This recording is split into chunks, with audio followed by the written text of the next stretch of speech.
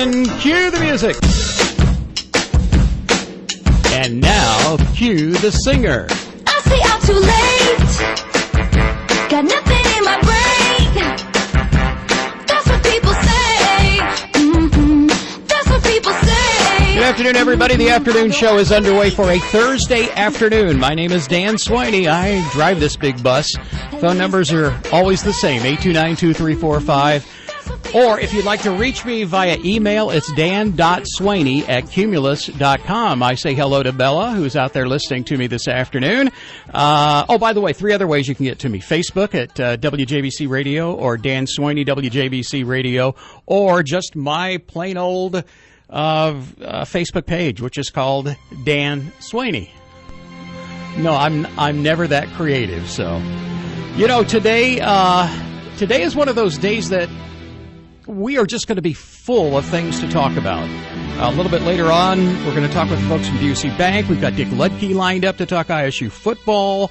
Marita Brake is going to be here with us, and she's going to have a wonderful story to tell as somebody you should know. This half hour, though, I could not think of a better lead-in song than the one from Neil Diamond, because today is Constitution Day and Citizenship Day in America.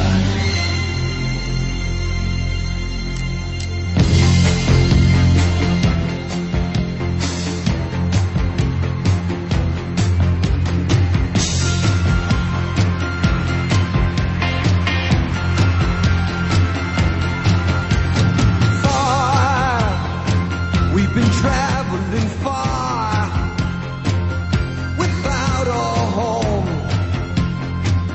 not without a star.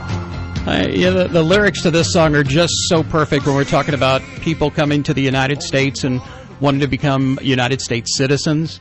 They don't come here because things are bad. They come here because things are really good. And today there is a workshop going on with the Immigration Project for Citizenship. It's a citizenship workshop. And with me on the phone right now is Christine Howe. She's the Citizenship Program Director and Volunteer Program Coordinator. Hey, good afternoon, Christine. Good afternoon, and thanks for having me. Yeah, did you ever think I was going to get to you? I thought I was doing a talk show here and not a music show. So we've got you here, though. What's going on at the workshop today? Well, we really divided the workshop up into 2 portions. The morning is for people who have not yet had their legal assessment for eligibility.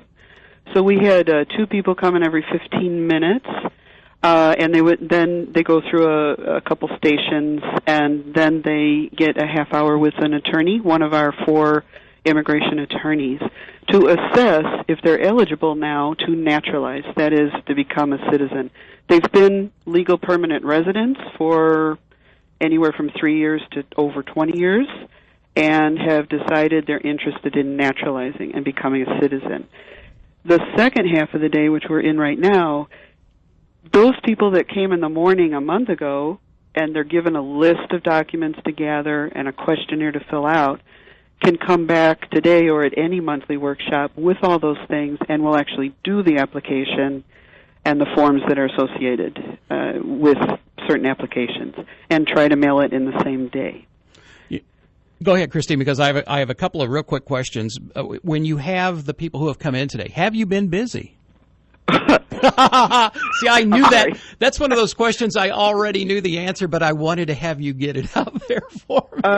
Yes, now it doesn't seem like a lot, but with 3 attorneys, myself, and volunteers, we saw 13 people this morning. Mm-hmm. For actually 12 of them wanted to naturalize, and one of them discovered that he already is a citizen through a parent, and so he's being assessed and given the information to start that application. He didn't know that he was already a legal citizen? Right. Wow. I have some clients that know that, or some suspect it and aren't sure. And so they need this intake with an immigration attorney who knows what they're talking about to determine all the factors to make sure that they actually are a citizen. They derived it through a parent or acquired it at birth. I'll be darned. Boy, that had to put a smile on his face, right? Sure. Oh, yeah, sure. Oh, my goodness. What a great way to start the day. So, what are some of the things that the Immigration Project does? Because you do so many different things to prepare people for becoming naturalized citizens, correct? Yes. Let me just tell you about us in general first, Sure. if I could. Mm-hmm. In general, I would love for everybody to know that we're the only not-for-profit legal immigration service with immigration attorneys in 85 counties of Illinois. We serve 85 to 86 counties. If you draw a line from Quad Cities to Joliet and all the way over, actually under Joliet, we don't serve Joliet, so hit Kankakee. We serve all of that area south. Wow. With you're five talking, of us. Yeah, you're talking 85% because we have 102 counties in the state. So you're talking about 85% of all people that want to take a look at becoming naturalized citizens. You guys handle them. We not 85% because the density in Chicago. Oh, correct. Okay. Right. Well, of area take anyway. that into consideration. Yeah. Right. How about that? Okay, so that's the first thing. So we do circuit riding through Lincoln Land just like Lincoln did. Mm-hmm. Our attorneys will hop in a car, typically a silver Honda Civic. It's kind of a standing joke. And we travel to Kankakee every 6 to 8 weeks. We have a satellite office in Champaign just beginning this May. We travel, in fact, an attorney and I are going down to Carbondale next week. It's an overnight trip to offer legal intakes, the evaluations of where are you at in your immigration attorney and what's available to you or to family members. So, and we go to Peoria, Springfield, occasionally Galesburg, Beardstown, Danville, and other places, and we're trying to get a visit out to Effingham, to Charleston, Effingham. So we do circuit riding, and then on every other month or so, we try to offer that by Skype or phone. Oh, sure, okay. Because otherwise, the retention rate for attorneys lowers the more travel that they have to do. But we're trying to serve the area. Otherwise, they would have to go to St. Louis or Chicago. And that's it. It might be easier for you to go to them than them to have to travel to either one of those places, especially if they're new to the country. Right, or they fall prey to what's called notarios, which are people who claim to have the knowledge and charge 10 or more times more than we do, and take the money and run.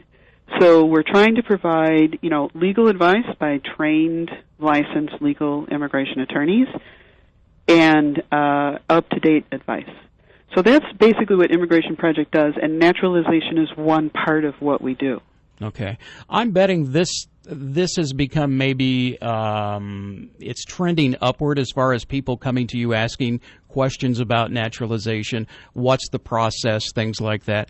Can you explain what the process is? How does it work for someone who legally comes to the country and wants to become a United States citizen? What's the first thing they want to talk about, and what do you tell them? Okay, well, the first thing is the golden ticket is the green card. Okay, so let's divide immigration up into three kinds of statuses, so to speak. Very basically, there are immigrant visas, non-immigrant visas, and the undocumented. Okay, So immigrant visas, that's the green card. Everybody wants to know what a green card is. It is the permanent resident, alien, or now just permanent resident card, proof that you are a permanent resident. Okay. And you get, it used to be green, and it's changed different colors through the years, and now it's kind of hieroglyphic. Okay. So, anyway, or whatever that word is. But it's still called the green card, yeah. Yes, yeah. Still called the green card. The non-immigrant status is like a tourist visa, a work visa, student visa, religious visa, things like that. Temporary things where the person is not planning to immigrate. The third category is undocumented, and typically there are very, very few chances to get into any of their other categories, although there are some. For example, if someone is in an immigrant status and wishes to petition an undocumented under very strict in certain circumstances, they're able to do that. So I won't go into that because that's not citizenship. Sure. But let's say, so there's many steps to get this green card.